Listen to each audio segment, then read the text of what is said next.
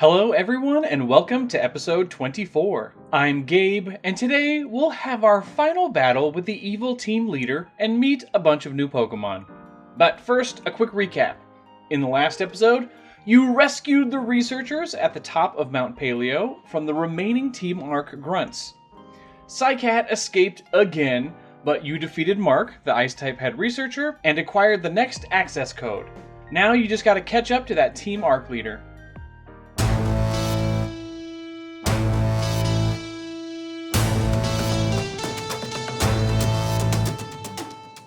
Route 11 is littered with slippery ice flows. You try and watch your step, but you still end up slipping down icy slides from time to time.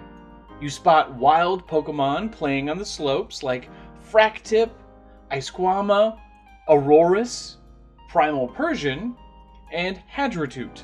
You are luckily able to just follow Psycat's footprints pretty easily through the snow. And this frozen landscape is a little bit easier to navigate on the way down the mountain.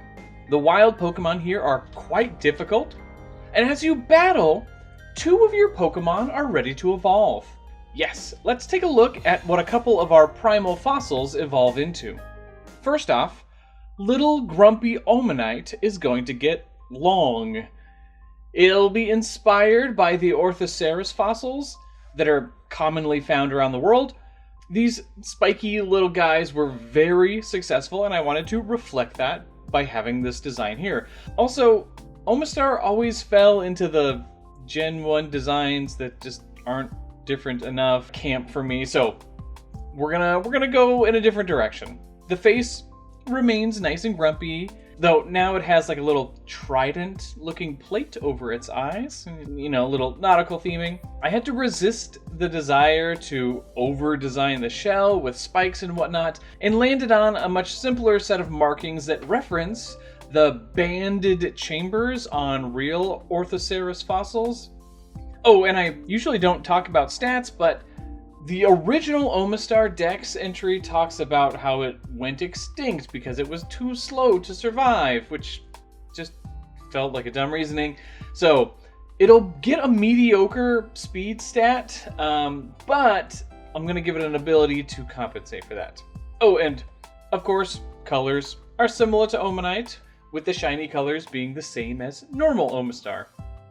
Alright, let's take a look at Primal Omastar. The Cone Pokemon.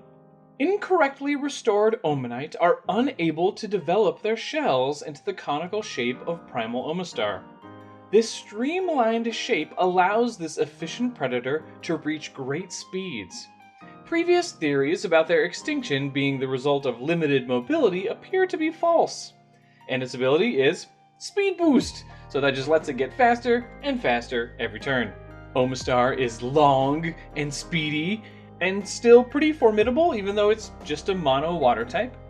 Alright, but let's take a look at what little Archon evolves into. Now, a lot of the primal fossil evolutions are more drastic changes, but this one is about fine-tuning my favorite fossil design, so things are just a little bit more subtle here. Our little ground type is taking to the sky, so obviously it has the same flying pose. We're continuing with the Microraptor as the inspiration, which means that the back legs are getting even larger fans of feathers, since Microraptor really did have 4 gliding wings. Next up, just to show how bird-like this animal is, our line work is going to separate the mouth into more of a beak, and we'll be simplifying the hand a bit. I wasn't sure if changing the hand was going to be necessary, but I am elaborating on enough other elements that this simplification helped to balance the whole design. Oh, and lastly, the head and tail are changed from being scaly to feathered, with a nice big tail fan at the end. Small changes, but I like them. Oh, and I can't remember if I said this when we talked through Primal Archon, but this line's ground and flying types are a reference to a likely incomplete but still fun theory about how dinosaurs learned to fly. Wing-assisted incline running theory showed that, terrestrial dinosaurs with wing arms likely used them for stabilization when they were running at high speeds, and got in some good flaps whenever running up hills or climbing. So yeah, that running and wing combination are reflected here.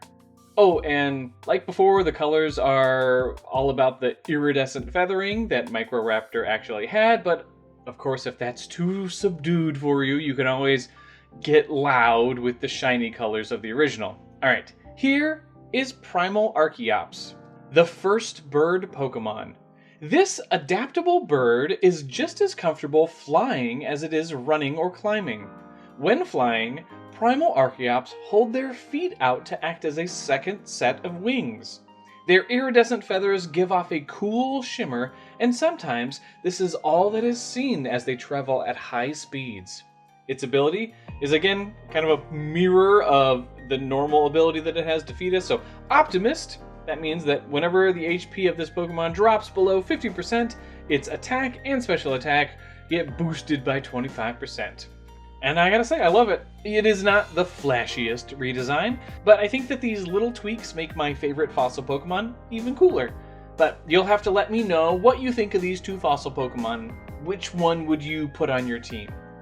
Now, looking proudly at your new evolutions, it seems that one of your other Pokemon is a bit jealous. Yes, your Relicanth is very excited to see these other evolutions, but wants to raise its body out of the water so that you will notice it as well. It struggles to do so, and you feel bad for it, so you decide to tie your air balloon item to it to give it just a tiny bit of assistance. And what's this? It seems that its motivation to leave the water and that extra lift from the balloon is all that Relicanth needed to evolve. Now, I know that the Relicanth and Tiktaalik are not super closely related, but I want our neglected lobe-finned buddy to make his way up onto the land, and Tiktaalik is a great inspiration. A prime example of a transitional species leaving the water for dry land, Tiktaalik didn't so much as walk as it did just kind of clumsily drag itself around, and we're going to be using that locomotion for Relicanth's evolution. This yoga-looking cobra pose also lets our little guy just look so darn pleased with himself that he managed to leave the water. In fact, I moved Relicanth's iconic red hexagon to the side of its head so that it could have happy little rosy cheeks. I also figured that it would be so happy to be, walking about that it would open its eyes wide to take it all in. The pupil is still, elongated to both reference Relicanth's previous eyes and kind of show that its eyesight is underdeveloped still. I fumbled a bit with the colors, but eventually landed on something that felt pretty balanced.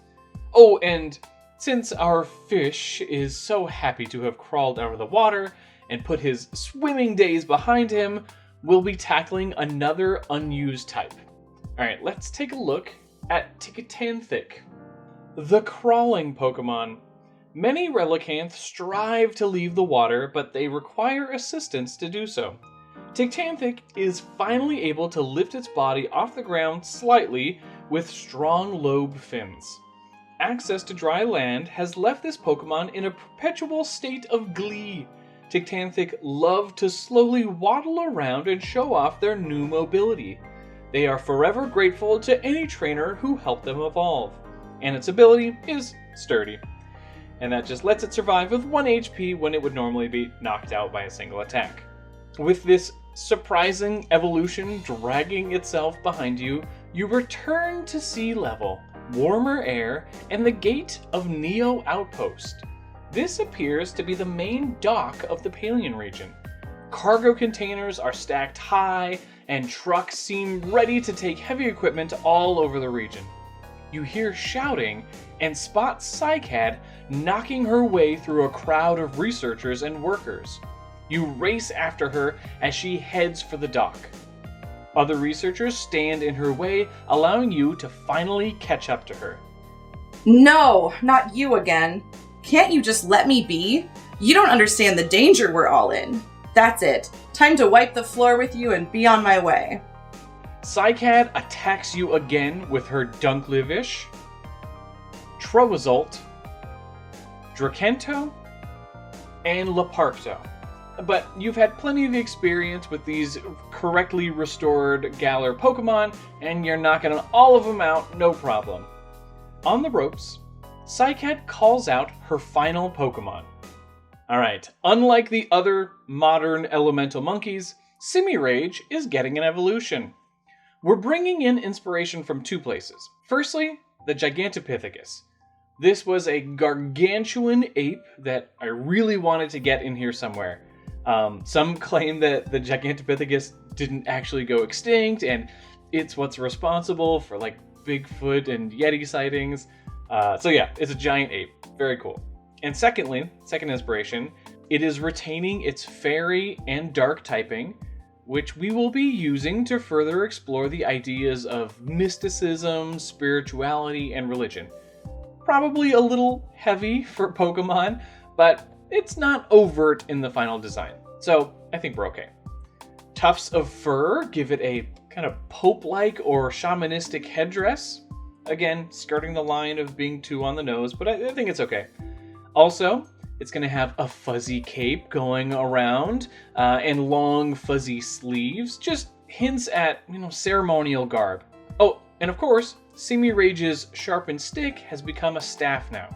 I did resist the urge to put any religious iconography at the top of it. And lastly, it gets a sedentary pose, which makes more sense with the Dex entry. Alright, let's take a look at Gigantope, the fairy tale Pokemon. Simirage, exposed to the stories of a mysterious old book, become Gigantope. They weave fantastical and horrifying stories to entrance other Pokemon. Even humans must be cautious of their dark influences. Gigantope prefer to be feared by other Pokemon and expect berries as tribute. And its ability remains gluttony, since it wants to eat all those berries all the time. You make a mental note that Psycat must have used the old book item to evolve her Gigantope, just in case you want to do the same with yours. Psycat battles desperately but is unsuccessful in stopping you. She falls to the ground and the contents of her bag spill out. More of the mysterious levitating stones. Researchers and dock workers close in around her. No, you don't understand. I'm trying to save the Pokemon of the Paleon region. A great threat lies dormant, and Professor Ginkgo intends to wake it. They are keeping it a secret from you all. You, assistant, I implore you to go see for yourself. Take this Pokeride signal. Call on my Leparto to carry you across the waves. Get to the Sunazone lab at the center of Paleon Bay and learn the truth. The other researchers and dock workers carry Psycat away and collect the levitating stones to return to Professor Ginkgo. But for some reason, you can't help but believe Psycat. You look out at the waves and call out her Leparto. But you'll continue on to Route 12 in the next episode.